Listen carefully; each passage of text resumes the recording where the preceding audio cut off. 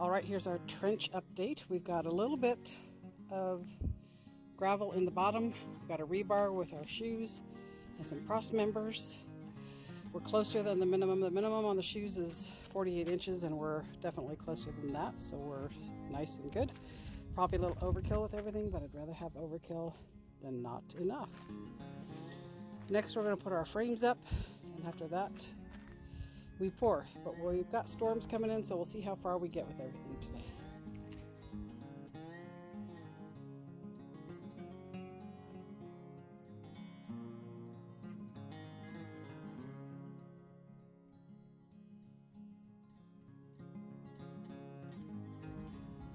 Hey everyone, welcome back to Copperline Rattler Ranch. I'm Julia. We have been working on this forms for the internal wall foundation that's going to be help support our roof, and it's taken us several days for several reasons. The heat, rain, things of that nature. We're expecting some more rain, so we're not going to get this done this week. We're just going to try and get this area cleaned out and ready to go, try and get it staged, because we're going to be using the mixer. We'll move that mixer from that area to this side, and then that, and then the bedroom side, or vice versa, whichever we decide is going to work best. So that's where we're at. All the rocks and bricks around the edge, we have nice big gaps. So when we do get the concrete in there, we don't want it to spill out. So that's going to help keep that concrete from spilling out. So we will let you see that part when we get to it. Right now, we're just going to be doing some cleanup in here. All these dirt piles are from the trench that we dug for the foundation. I'm sorry, for the footers. We're going to get that all straightened out, get some things out of here, get some other things brought in that we need to stage for the pour when we finally get to the pour.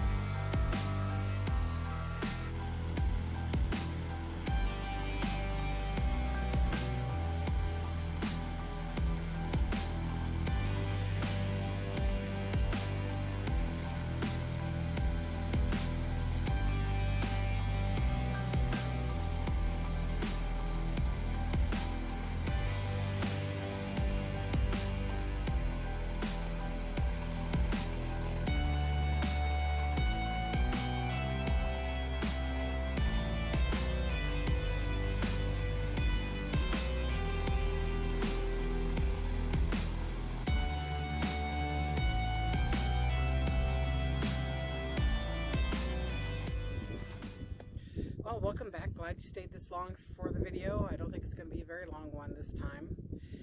With the weather coming in this weekend, we did have about a quarter-inch of rain last night, and we're expecting a lot more today. Today is Friday, a lot more Saturday, so there's really nothing more that we can do right now. We're kind of on hold. But we did get everything straightened down here. Let me take you in there. We did not get the mixer moved, but we got everything straightened out, all those dirt piles spread out, and Dawn used our compactor. So I'm not going to go in there right now. It's a little bit moist to kind of help pound everything in. You know, compactors kind of just help to compress or tamp all that soil and everything that you're using. We'll use it for the gravel base when we do our gravel base for the floor, and anything else that we need it for. We've got a couple more builds that we'll be doing, so we'll be using it quite a lot. We'll get a lot of good use out of that thing. I see one brick before we pour. We're going to have to straighten that out. But anyway, that's where we are this week. Thanks for sharing our lives with us and our adventure with us. It really is meaningful. We'd like to be able to have everybody see what we're doing out here and see that there is some progress being made. Although it is slow, it's kind of difficult with just two people, and especially two people who are in their 60s. So that's it for this week. We hope to have more done next week once the rains clear up. We're trying to plan ahead and get ourselves geared up for the big pour, because it will take us all day to do the pour on this footers. So let's go over and see it from the other direction.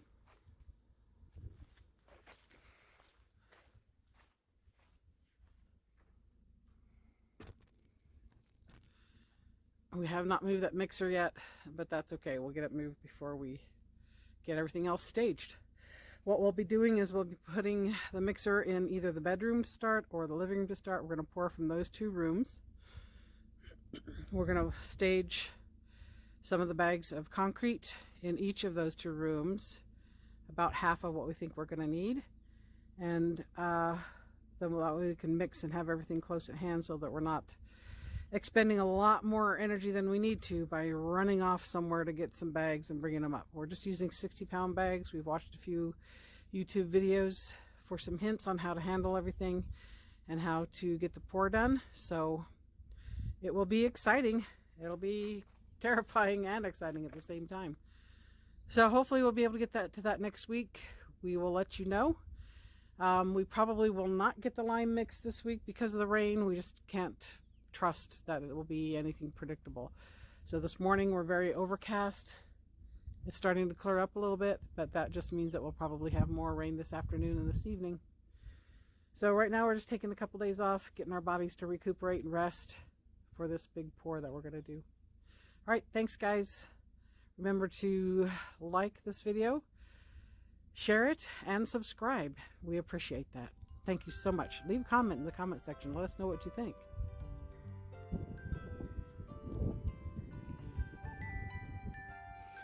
So I promised you guys garden updates. My first garden of any significance, I guess. So here we are. I'll show you.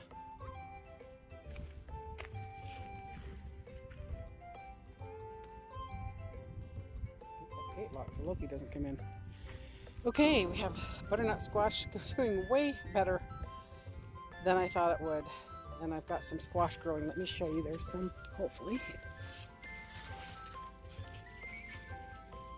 Right there, there's several of those. This is my romaine lettuce that has gone to seed. I'm letting it go to seed, and if it sprinkles in there, I've already harvested some of the seeds. We'll just see if anything grows voluntarily in this bed next year. This is another romaine lettuce going to seed. Some more of the butternut squash, watermelon, and my zucchini. All doing very well, better than I had expected. Over here, my tomatoes, they were devastated early on by some sort of little gray beetle that was just destroying them. I almost ripped them all out. But they're making a comeback. I've got a lot of little flowers. I haven't seen any fruit yet. We'll see if we get some fruit. My kale, doing okay. And over here, This is my Japanese pumpkin. Growing like crazy. I have not found any fruit, but lots of beautiful yellow flowers do appear. These squash blossoms appear for about a day. Any kind of squash blossom will. And the hope is that they get fertilized, or pollinated I should say, in that day so they can produce fruit. But oh my goodness, they're all over. Get this one down here.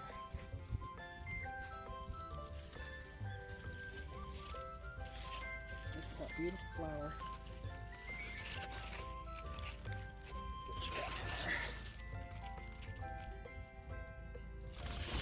I also have stevia in here. My drunken woman lettuce has gone to seed. Over here, elderberry. This is elderberry that I got from River Hills Harvest, I believe. So this is a variety that is designed for drier climates. I do still keep it pretty wet. In the 3 little pots, I'm hoping for avocado. So they do take some time to grow, so you just have to be very, very patient. Over here are herbs, thyme, oregano, rosemary, basil, and a pepper plant. I also have some pineapple mint in this one. In these 2 spots here, pineapple mint. One of my grandchildren love pineapple and mint, so that's what we got that for. Over here were most of my potatoes. But they were really struggling, so I went ahead and harvested. Looks like summer may be coming up. This side of the bed, I've got some other potatoes that aren't doing that badly. Some sweets and some whites that seem to be holding their own. The others were just not growing any further. They weren't showing any promise, so I just went ahead and harvested them a little bit early, actually quite a bit early. Over here is my mystery bed. These are either broccoli or cauliflower, but they're not showing themselves. This one is a cabbage, the only cabbage that I've got growing. And of course, whatever these bugs are that's getting the leaves. I'm just glad that there's something growing. This is a volunteer tomato. Not sure how that happened. And then I do have a few carrots managing to poke up through there. So I'm very pleased with how this first big garden went. Last year's garden was a total failure, but we were so busy with everything that I just couldn't get to it like I wanted to. And we put it in quickly in the orchard area because the pandemic had just started and I was just kind of in panic. So that's the garden. Hope you enjoy it. I hope this thing is fruitful because these things are so yummy. There's another little one. I'll show you. Look at that beautiful flower. They just take over like crazy. Here's some more.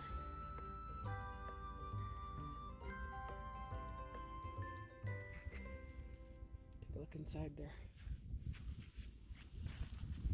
Hopefully we'll get a lot of, if all these little flowers on the tomato plants produce, we'll have a good amount of tomatoes. All right, thanks for showing up. Again, oh, look at Loki, king of the hill. Again, thank you so much for showing up today and every other day that you've been here with us. We do appreciate it. We do enjoy letting everybody know how things are going out here. Can't close this with one hand. Right, one hand and a foot. There we go. Hey, Loki. Hi, say hi. You're like, say hi to who? Okay. What was that? Oh, it's the chickens. Okay. All right. Thanks, everyone. We'll see you next time.